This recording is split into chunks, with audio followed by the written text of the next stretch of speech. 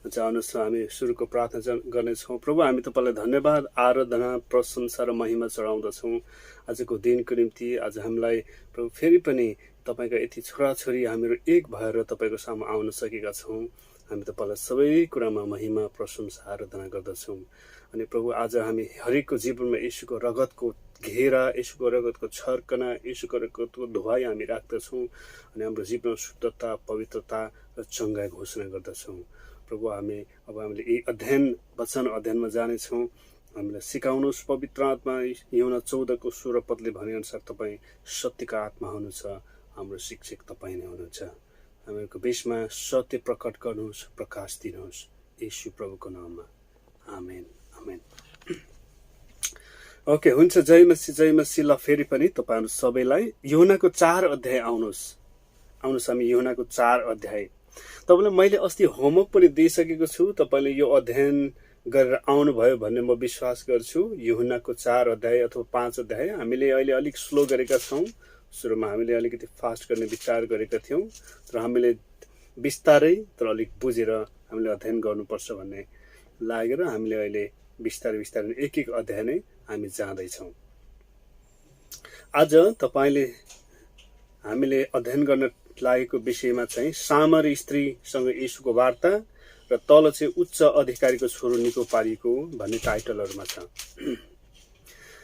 अनि यो जुन हामीले परिचयको खण्डमा अस्ति हामीले बताएका छौँ, हामीले सिकेका छौँ, यूहन्ना येशू प्रभुको एकजना चेला यूहन्नाले यो किताब लेखेका हुन्।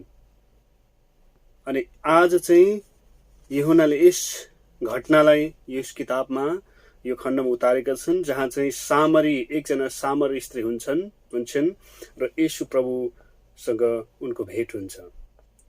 पहिलो पदमा लेख्छ, यूहन्नाले भन्दा येशूले धेरै चेलाहरू बनाउँदै हुनुहुन्छ र बप्तिस्मा पनि दिँदै हुनुहुन्छ भन्ने फरिसीहरूले सुने। जब येशूले यो थाहा पाउनुभयो, उहाँ यहुदिया छोडेर गालिल फर्कनु भयो। यहुदियामा हुनुहुन्थ्यो प्रभु येशू चाहिँ त्यो समयमा, अनि अब चाहिँ उहाँ कहाँ फर्कदै हुनुहुन्छ? गालिलमा फर्कदै हुनुहुन्छ। अनि तपाईँले यहुदियाबाट छोडेर जाँदा गालिलतर्फ जाँदा बीचको भाग जो चाहिँ सामरिया भन्ने गाउँ छ, अनि त्यो ठाउँमा भएको घटना चाहिँ यो घटना हो। अनि उहाँलाई चाहिँ कहाँ भएर जानु पर्थ्यो? सामरिया भन्ने गाउँबाट त्यो सहर भनौँ।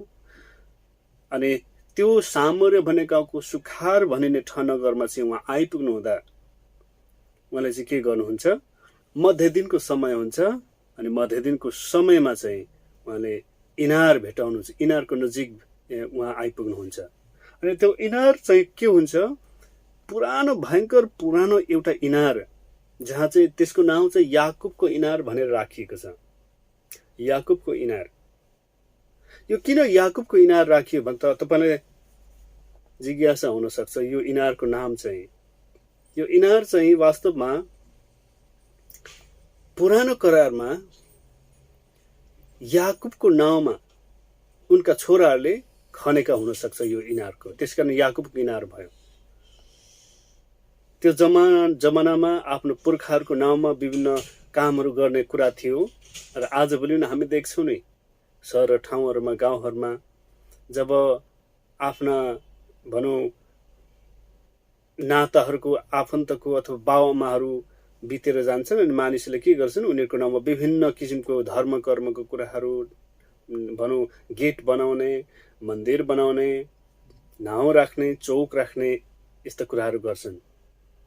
त्यो जमानामा पनि यो याकुबका छोराहरूले अथवा याकुबहरूको सन्तानहरूले खनिएको हुनाले त्यस अन्तमा गएर यो कसरी चिन्यो? याकुबको इनार भनेर चिनियो। अनि त्यस इनारमा चाहिँ, त्यस मध्य दिनमा चाहिँ एकजना स्त्री आउँछिन्, जसलाई चाहिँ यहाँ के भनेको छ? सामरी स्त्री, समारिटन वुमन, सामरी स्त्री। सामरी स्त्री अथवा यहाँ सामरी भन्नाले चाहिँ हामीले के बुझ्छौँ त? सामरी चाहिँ त्यस्तो एउटा मानिसहरूको एउटा गाउँ थियो जो चाहिँ सामरियाबाट आएको, यो सामरी भन्ने शब्द चाहिँ। अनि सामरीहरू र यहुदीहरूको बिचमा चाहिँ मिलाप थिएन पहिलो। दोस्रो कुरा, यहुदीहरूले सामरीहरूलाई के गर्थे? राम्रो दृष्टिले हेर्दैनथे। राज्यको प्रशासन, न्यायिक कुराहरू, विधि विधानका कुराहरू, धर्मका कुराहरूमा, धर्मविधिका कुराहरूमा सामरीको कुनै पनि हात हुँदैन थियो।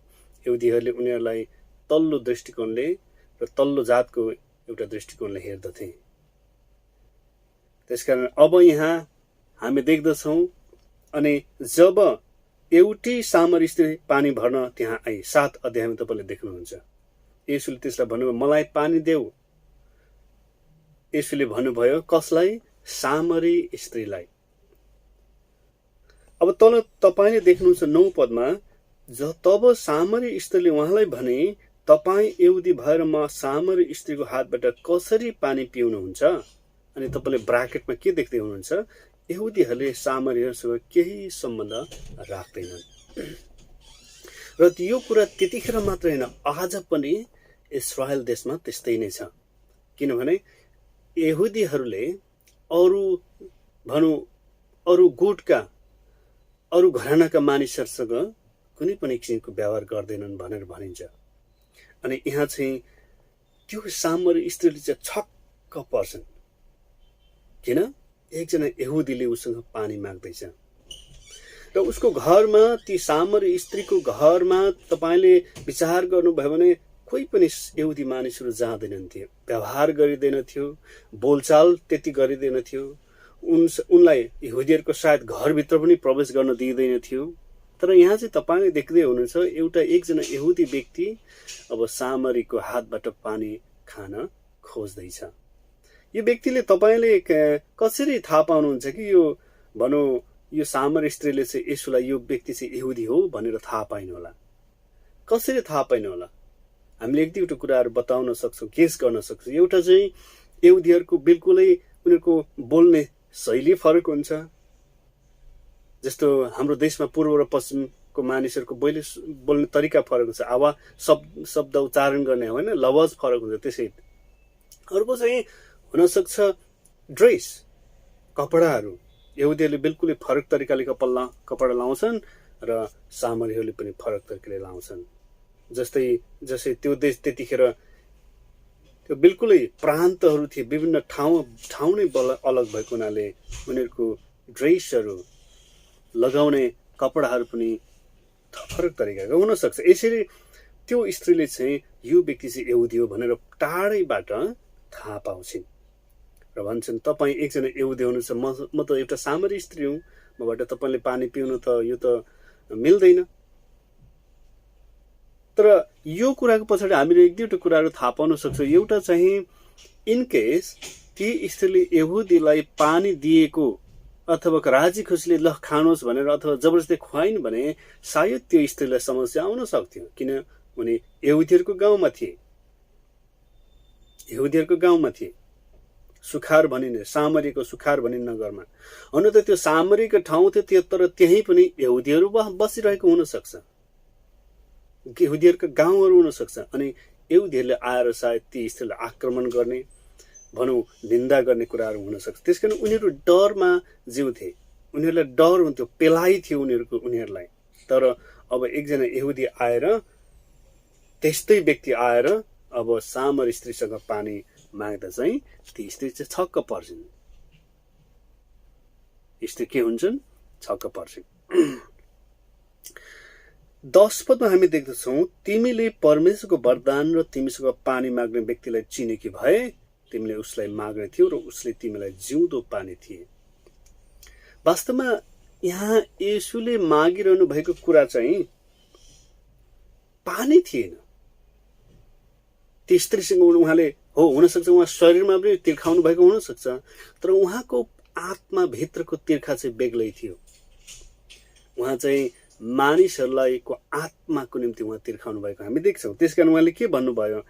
तिमीलेलाई जसले पानी माग्दै हुनुहुन्छ उसलाई तिमीले चिनेको भए र परमेश्वरको वरदानलाई चिनेको भए अब तिमीले के गर्ने थियौ?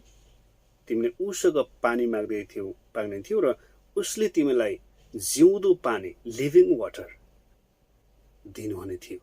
यसो आफूले भन्नुभएको छ यो कुरा चाहिँ। अनि त्यो कुरा सुनेपछि स्त्रीले भन्छन्, हजुर तपाईसित उघाउने भाँडो छैन र इनार पनि छैन। स्त्रीले यो कुरा सुनेपछि भन्छन्, यो इनार त धेरै गहिरो छ, यो यिनीहरूको लागि उघाउने कुनै भाँडो तपाईँसँग म देख्दिनँ, तर तपाईँले मलाई कसरी पानी दिन मसँग मागेको भए पानी पाउँछु भनेर भन्दै हुनुहुन्छ भनेर यस्तो किसिमको सवाल गर्छन्। स्त्रीले यस्तो खालको, किनभने त्यो स्त्री त वास्तवमा त्यो घडीसम्म परमेश्वरको उपस्थिति अथवा प्रभुको उपस्थिति उनको सामने भएको छ भन्ने कुरा उनले बुझेकै हुँदैन। उनले यो कुरा बुझेका थिएनन्। त्यसकारण उनले सामान्यतया सबै मान्छेले भन्ने जस्तो तर्क र कुराहरू गर्छिन्। तपाईसँग त कुनै उघाउने कुरा देख्दिनँ, तपाईँ एक्लै हुनुहुन्छ, यो यति गहिरो छ कि यसलाई उघाउन पनि धेरै मेहनत चाहिन्छ। अनि हामी तल 13 पदमा देख्छौँ, यो पानी पिउने प्रत्येक फेरि तिर्खाउने छ। 14, तर जसले मैले दिने पानी पिउँछ त्यो कहिले तिर्खाउने छैन। जुन पानी म त्यसलाई दिनेछु त्यो त्यसमा अनन्त जीवनको निम्ति उम्रिरहने पानीको मूल बन्नेछ। अब यो एउटा घडीमा, यो समयमा, क्षणमा आइसकेपछि अब प्रभुले प्रष्ट बताइदिनुहुन्छ कि तिमीले जुन कुरा बोलिरहेको छौ तिमीले यो कुरा अझै बुझ्न सकेका छैनौ र तिमीले त वास्तवमा यो पिउने पानी, शारीरिक पानीको कुरा गरिरहेको छौ, खोलामा बग्ने पानी। तर मैले जुन कुरा गर्दैछु त्यो चाहिँ त्यस्तो पानी होइन, तर यस्तो पानी हो जो चाहिँ कसैले पिउँछ भने, तिर्खाउने व्यक्तिहरूले पिउँछ भने त्यो पिइसकेपछि उसको जीवनमा कहिले पनि तिर्खा लाग्ने छैन। अनि त्यो चाहिँ के हो? अब त्यसले चाहिँ अनन्त जीवनको निम्ति उम्रिरहने पानीको मूल बनाउनेछ। यसुले यसो भन्नुहुन्छ। यसुले के भन्नुहुन्छ? जब स्त्रीले पानीको कुरा गरिसकेपछि यसुले त्यो कुरा बताइदिनुहुन्छ कि मैले यो संसारिक पानी मागिरहेको कुरा गरिराखेको छैन, तर मैले यस्तो पानीको कुरा गरेको जसले चाहिँ के गर्छ, भित्र जीवनमा चाहिँ एउटा मूल फुटाइदिन्छ, मूल खडा गरिदिन्छ। अनि त्यसकारण जसले यो पानीको लाई ग्रहण गर्छन्, यो आत्मिक पानीलाई, पवित्र भन्नुको अर्थ चाहिँ उहाँले चाहिँ पवित्र आत्माको कुरा गर्नुभएको, परमेश्वरको उपस्थितिको कुरा गर्नुभएको। अनि उनीहरूको जीवनमा चाहिँ कहिले पनि तिर्खा लाग्ने छैन। किन त मूलै त्यहाँ फुटिसक्यो। मूलै फुटेपछि मान्छेलाई किन पानीको अभाव अथवा पानीको तिर्खा हुने? अनि त्यो चाहिँ जब परमेश्वरको उपस्थिति मान्छेको जीवनमा आउँछ, पवित्र आत्मा बास गरेर उहाँले त्यो भित्री आत्माको तिर्खा भोग प्यासलाई चाहिँ मेटाइदिनुहुन्छ। त्यही कुरा यसुले गर्नुभएको हो। जब यो कुरा सुन्छन् नि स्त्रीले, अनि स्त्रीले के भन्छन्? हामी 15 पदमा हामी हेरौँ भने, हजुर मलाई त्यही पानी दिनुहोस्, म तिर्खाउने छैन, अझ पानी भर्न। स्त्रीले त्यो खालको कुरा सुनेपछि स्त्रीमा चाहिँ एक खालको भनौँ उसलाई एक किसिमले त एकदमै मजा लाग्छ, अथवा एक किसिमले चाहिँ के हुन्छ, उनी त्यसको चाहना गर्छन्। ओहो, मलाई त वास्तवमा त्यस्तै पानी चाहिएको, किन म सधैँ पानी भर्न आइराख्नु पर्छ, मध्य दिनमा आइराख्नु पर्छ। हुनसक्छ उनले बिहान बेलुका आयो भने उसले यहुदीहरूबाट दुर्व्यवहार सहनु पर्थ्यो, यहुदीहरू उनलाई इन्कार गर्थे, पिर्थे, खेदेको हुनसक्छ। त्यो डरको कारणले उनी चाहिँ मध्य दिनको घाममा आइराखेको छिन्। अब उसले भन्छ, हो मलाई त त्यस्तै पानी चाहिन्छ। उनले बुझ्न चाहिँ बुझेको छैनन्, तर उनले त्यो खालको येशूको वचन सुनेपछि अब कम से कम पनि त्यो वचनलाई उनले ग्रहण गर्न चाहन्छन्। अनि ग्रहण गर्दै उनले भन्छन्, मलाई प्रभु, मलाई चाहिँ त्यस्तै नै पानी चाहिन्छ, अनि मलाई त्यही पानी दिनुहोस्, जसको कारण म यहाँ पानी भर्न आइराख्न पर्दैन। येशूले भन्नुभयो, जाऊ तिम्रो पतिलाई बोलाएर। अब हाम्रो परमेश्वर कस्तो हुन्छ? हाम्रो प्रभु येशूले हाम्रो भित्री र बाहिरी कुरा बुझ्नुहुन्छ। अस्ति नै हामीले एउटा पद हामीले पढिसक्यो, 1 अध्यायको 26 पदमा। मलाई जहाँसम्म याद भए अनुसार 1 अध्यायको 26 पदमा, 1 होइन 2 जस्तो लाग्छ। अनि त्यहाँ चाहिँ येशूले भन्नुभएको छ, येशूले के भन्नुभएको छ कि मानिसको हृदयमा जे छ त्यो उहाँले के गर्नुहुन्छ, देख्नुहुन्छ भन्नुभन्दा अगाडि नै। अनि त्यसकारण येशूले के गर्नुहुन्छ, त्यो सामरीको सबै भित्र र बाहिरी कुराहरू देखिसक्नुभयो। टर्च लगाएर के, अँध्यारोमा टर्चले, ठुलो टर्चले हामीले देख्छौँ भित्रको कुराहरू। टर्च अफ गर्ने बित्तिकै अँध्यारो छ, र टर्च गर्ने बित्तिकै भित्र देखियो। यसुले आत्माबाट त्यो स्त्रीको जीवन पुरै देखिसक्नुभयो र यसुले भन्नुहुन्छ अब त्यसो भए जाऊ तिम्रो आफ्नो श्रीमानलाई बोलाऊ। यसुलाई थाहा थियो यो महिलाको श्रीमान छैन, यो महिला यस्तो अवस्थाको हो, यो महिलाको जीवन यस्तो छ, उनको यस्तो दुःख छ। यसुले भन्नुहुन्छ तिम्रो श्रीमानलाई बोलाएर ल्याऊ। अनि त्यो कुरा थाहा भनिसकेपछि ती स्त्रीले भन्छन् म त मेरो कुनै श्रीमान छैन। तर त्यो कुरा सुनिसकेपछि यसुले भन्नुहुन्छ तिम्रो पति छैन भने तिमीले ठिकै भन्यौ, किनभने तिम्रा धेरै श्रीमानहरू थिए, धेरैजना तिम्रो श्रीमानहरू भए, तर अहिले चाहिँ तिमीसँग कुनै मान्छे छैन। यो कुरा सुनेपछि त्यो स्त्रीले चाहिँ के थाहा पाउँछिन् भने ओहो यो व्यक्ति त साधारण व्यक्ति रहेनछ, सबै कुरा देख्नै पो रहेछ त, अगमवक्ता होइन, यो व्यक्ति त यस्तो खालको। त्यसकारण भन्नुछन् तपाईँ एकजना अगम व्यक्ति हुनुहुन्छ।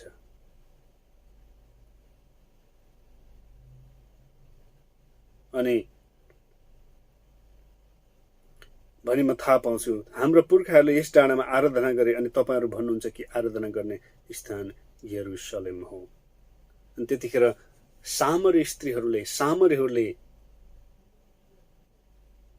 भनौँ उनीहरूलाई यस्तो खालको कुराहरू भनिएको हुनसक्छ, उनीहरूलाई यहुदीहरूले यी कुराहरू प्रचार गरेको हुनसक्छ कि तिमीहरू यरुशलेम जाऊ, यरुशलेममा गएर आराधना, मन्दिरमा गएर आराधना गर, मन्दिरमा तिमीहरूले के अरे धर्मविधिहरू अपनाउनु पर्छ। किनभने यहुदीहरू चाहिँ फरिसीहरू थिए। फरिसीहरू थिए। फरिसीहरू भनेको चाहिँ त्यहाँको सबै धर्म सिद्धान्तहरू कानुनहरू हातमा लिएको मान्छेहरू। उनीहरूको ठुलो पेलाइ थियो सामरीहरूमाथि। अनि उनीहरूले सायद यसरी भनिराखेको हुनसक्छ अब हो मन्दिरमा आउनु पर्यो, मन्दिरमा पूजा गर्नु पर्यो, मन्दिरमा बलिदान गर्नु पर्यो, यरुशलेम जो चाहिँ यरुशलेममा छ। अनि यही कुरा ठ्याक्कै चाहिँ के गरिदिन्छ स्त्रीले बताइदिन्छ, किनभने उनीहरूको मनमा यही थियो। उनीहरूको मनमा छ ओहो हामीलाई यसो भनिरहेको छ, तर हामीलाई त फेरि यसरी, हामीले त यही डाँडामा होइन सामरे भनौँ त्यहाँ उनीहरू त्यो भाग चाहिँ ती अब्राहम इसहाक याकुबको पालादेखिको एउटा ती जग्गाहरू हुन्, ती सामरिया, ती भनौँ विभिन्न ठाउँहरू। अनि हामी तल देख्दछौँ 21 पदमा ए नारी मलाई विश्वास गर त्यो बेला आउँदैछ जब तिमीहरू न त यस डाँडामा न त यरुशलेममा पिताको आराधना गर्नेछौ।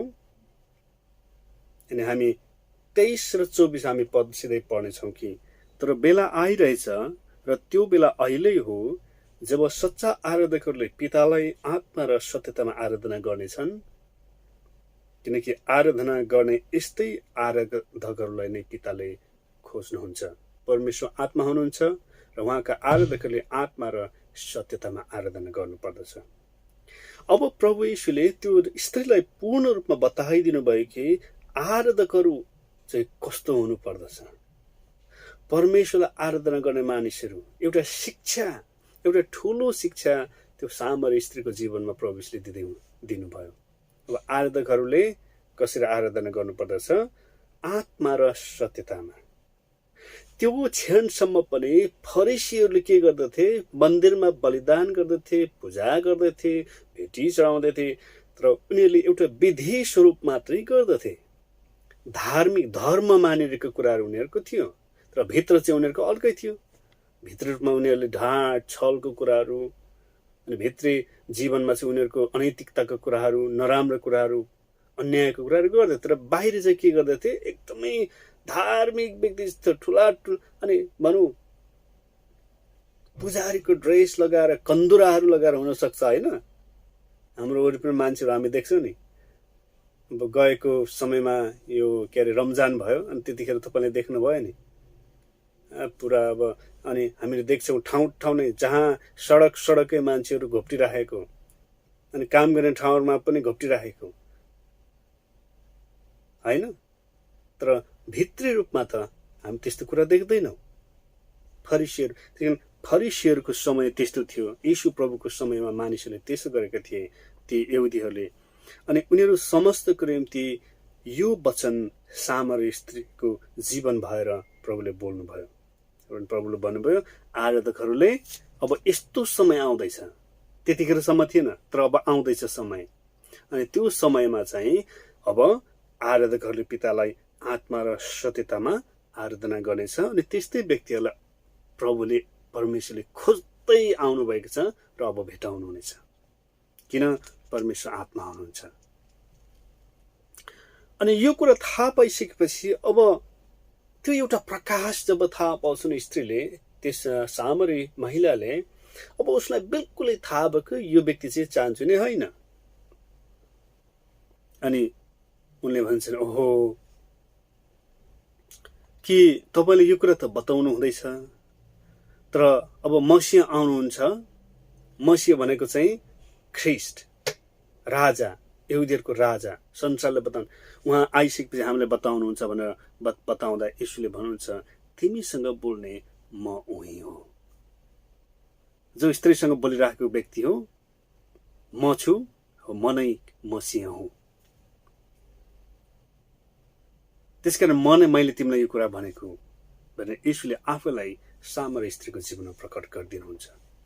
तपाईले देख्नुहुन्छ, हामीहरू देख्दछौँ सामरी स्त्री बाइबलमा घटेका थोरै अथवा उल्लेख गरेका थोरै स्त्रीहरूमध्ये एकजना महत्त्वपूर्ण स्त्री अथवा जसको नाउँ बाइबलमा कहिले मेटिने छैन, उनी चाहिँ सामरी स्त्री हुन्।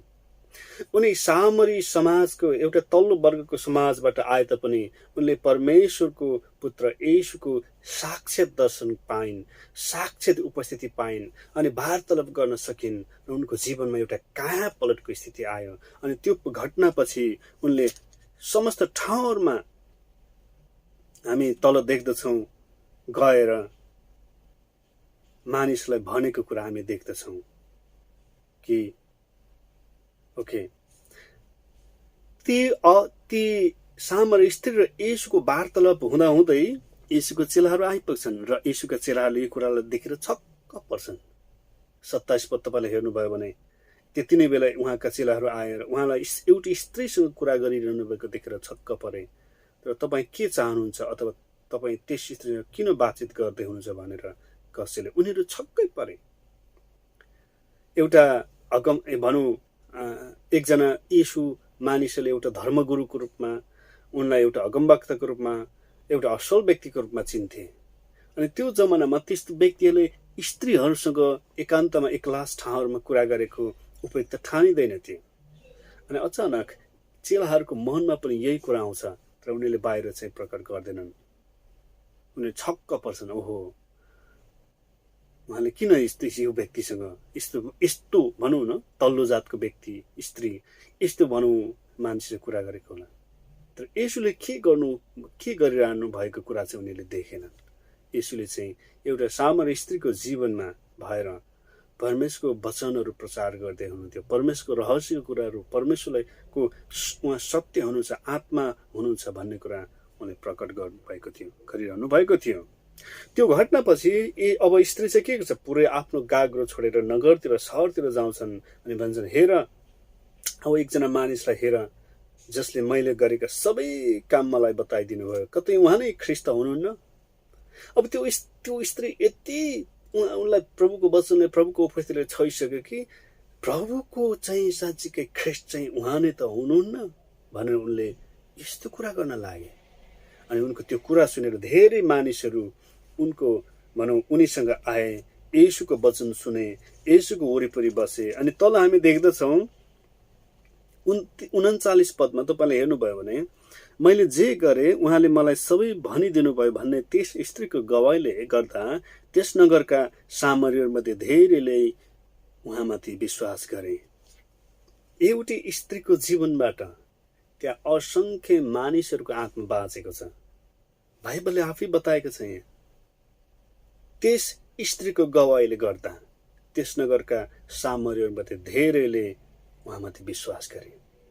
र यो वचनबाट तपाईँ र हाम्रो निम्ति एउटा ठुलो प्रेरणा र शिक्षा छ कि तपाईँ हामीले पनि हाम्रो जीवनमा प्रभुले गर्नुभएको कुराहरू अरूहरूले बतायौँ भने धेरैजना उहाँमाथि विश्वास गर्नेछन्।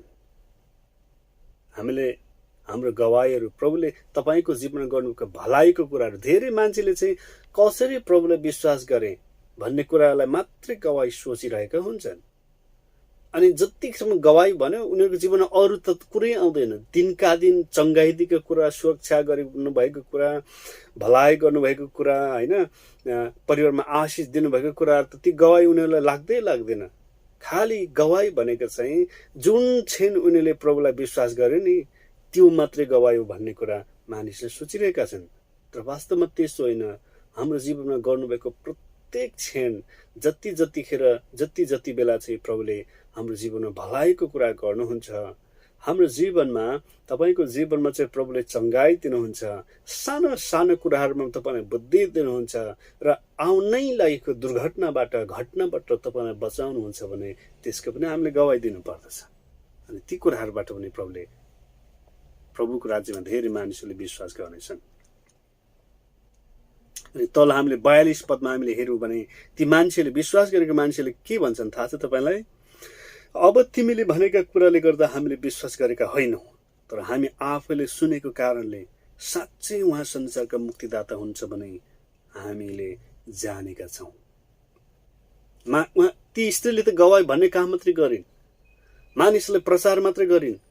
तर अब मानिसले आएर हेरे, आएर देखे, आएर छामे, कुरा गरे र उनीहरूलाई पक्का गरी थाहा भयो कि संसारको मुक्तिदाता चाहिँ उहाँ नै हुनुहुन्छ। तपाईँले यदि आफ्नो गवाई भन्दै हुनुहुन्छ र तपाईँले जबरजस्ती नगर्नुहोस्, मान्छेलाई विश्वास गर। हाम्रो काम भनेको भनिदिने मात्रै हो, प्रचार गरिदिने मात्रै हो, गवाई भनिदिने मात्रै हो। अनि मान्छेले आफै खोज्दै आउनेछन्। परमेश्वरको आत्माले मानिसलाई खिचेर ल्याउनु हुनेछ। उहाँको सत्यता मान्छेको जीवनमा प्रकट हुनेछ र मानिसहरूले तल यहाँ हामीले देखे चाहिँ हामी आफैले सुनेको कारणले, देखेको कारणले हामीले विश्वास गरेका हौँ। कसरी सुन्छन्? प्रभुको वचनबाट, पवित्र आत्माको आवाज सुन्छन्। कसरी देख्छन्? जब मान्छेले प्रभुको वचन देख्छ, पढ्छन् नि, प्रभुको वचन पढ्दै जाँदा चाहिँ येशू प्रकट हुनुहुन्छ। तल चाहिँ हामी देख्दछौँ यहाँ उच्च अधिकारीको छोरो निको भएको, अनि हामी देख्दछौँ कि दाखमत बनाउनु भएको सहरमा उहाँ आउनुभयो, गालिलको काना नगरमा, जुन हामीले पहिले अध्ययन गरिसकेका छौँ। र त्यहाँ एकजना ठुलो एउटा अफिसर थिए, सरकारी एउटा अधिकारी थिए, जसको छोरो बिरामी थियो। उनले के भन्छन्? येशू कहाँ आएर आफ्नो छोरोलाई निको पारिदिन बिन्ती गर्दछन्। अनि तिनको छोरो चाहिँ, तिनले एकदमै माया गर्ने आफ्नो प्यारो छोरो चाहिँ सिकिस्त हुन्छ अनि बाइबलले बताउँछ मर्नै आँटेको थियो। तर यसोले भन्नुहुन्छ, तिमीहरू चिन्ह र अचम्मका कामहरू नदेखिसम्म कुनै रीतिले विश्वास गर्दैनौ। किन त यो कुरा उहाँले गर्नुभयो भन्दा चाहिँ त्यही काना नगर थियो जहाँ चाहिँ यसोले पहिलो चिन्हको कुरा गर्नुभयो, आश्चर्यकर्म गर्नुभएको थियो, दाखमतलाई पानीमा बदल्नु भएको थियो। अनि मानिसहरू धेरैजना चाहिँ त्यो कुरा फेरि उहाँले गर्नुहुन्छ कि भनेर त्यहाँ उहाँलाई आएको हुन सक्छ। मानिसको भित्रको हृदय प्रभुलाई थाहा भएको हुनाले यो कुरा प्रभुले बताउनु भन्नुभयो कि तिमीले खालि चिन्ह मात्रै खोज्छौ, आश्चर्यकर्म मात्रै खोज्छौ, त्यो देख्यौ भने मात्र तिमीले विश्वास गर्छौ। अनि त्यो अधिकारले भन्छन्, हजुर मेरो छोरो मर्नुभन्दा अघि नै आइदिनुहोस्। तर 50 पदमा हामी देख्छौँ, जाऊ तिम्रो छोरो बाँच्नेछ, जाऊ तिम्रो छोरो बाँच्नेछ। त्यो मान्छेले विश्वास गरे र आफ्नो बाटो लागे। तल हामी देख्दछौँ जुन क्षण मोमेन्ट, त्यही मोमेन्टमा, जुन मोमेन्टमा चाहिँ येशूले तिम्रो छोरो बाँच्नेछ जाऊ भन्नुभएको थियो, त्यसै मोमेन्ट, त्यही सेकेन्डमा चाहिँ उनको छोरो बाँच्यो, निको भयो। 51 र 52 पदमा र 53 पदमा हामी देख्दछौँ। अनि उनले आफ्नो छोराको चङ्गाई, मुक्ति अनि जीवन पाएको देखेर तिनी आफैले र तिनका सारा परिवारले विश्वास गरे। यसैले यहाँ आफैले भन्नुभयो कि धेरै मानिस चाहिँ तिमीहरू चिन्ह र अचम्मका कामहरू नदेखेसम्म कुनै रीतिले विश्वास गर्दैनौ। अहिले पनि धेरै मानिसहरू यस्तै छन्, मानिसहरूलाई देख्नु परेको छ। के परेको छ? देख्नु। जबसम्म देख्दैन विश्वास गर्दैन। तर हाम्रो परमेश्वर यदि देख्न चाहन्छ भने देखाइ पनि दिनुहुन्छ। त्यसैकारण सत्य परमेश्वर हुनुहुन्छ। उहाँमा शक्ति भएको कारणले उहाँ स्वर्ग र पृथ्वीको राजा सृष्टिकर्ता हुनुहुन्छ। उहाँले यदि इच्छा गर्नुभयो भने कसैले मलाई देखाऊ भन्यो भने उहाँले देखाइदिन सक्नुहुन्छ। आज तपाईँ र हामीमा पनि त्यही शक्ति छ, प्रभुको उपस्थिति छ, परमेश्वरको उपस्थिति छ। र हामीले ठाउँ ठाउँमा जाँदा, तपाईँले ठाउँ ठाउँमा जाँदा, मानिसलाई प्रार्थना गर्दा, मानिसलाई वचन सुनाउँदा तपाईँले यसरी प्रार्थना गरेर जानुपर्छ। प्रभु, म जुन ठाउँमा जानेछु त्यहाँ तपाईँले आफ्नो चिन्ह र आश्चर्य कर्महरू प्रकट गर्नुहोस्, ताकि तपाईँले वचनले भनेअनुसार, तपाईँले यो वचनमा गर्नुभए अनुसारै मानिसहरूले तपाईँको चिन्ह र आश्चर्य कर्म देखेर पनि विश्वास गरून्। मानिसहरूलाई कतिपय क्षणमा प्रभुको इच्छा नै त्यस्तो छ। प्रभुको इच्छा हुन सक्छ कि पहिला मानिस कुनै व्यक्तिले निको पार्नुहुन्छ र सारा घरनाले प्रभुमा मुक्ति पाउँछन्। आज हामीहरू पनि त्यही प्रार्थना गरौँ। जब हामी प्रभुको गवाही साक्षी बन्नेछौँ, वचन सुनाउनेछौँ, मानिसलाई प्रार्थना गर्नेछौँ, त्यस क्षण चिन्ह र आश्चर्य कर्महरूले हामीहरू भएर काम गरोस्। प्रभुको आत्माले काम गर्नुभएको होस्। किनभने तपाईँ र हामी हरेकमा जिउँदो पानीको खोलाहरू, जीवनको मूल चाहिँ बगेको छ।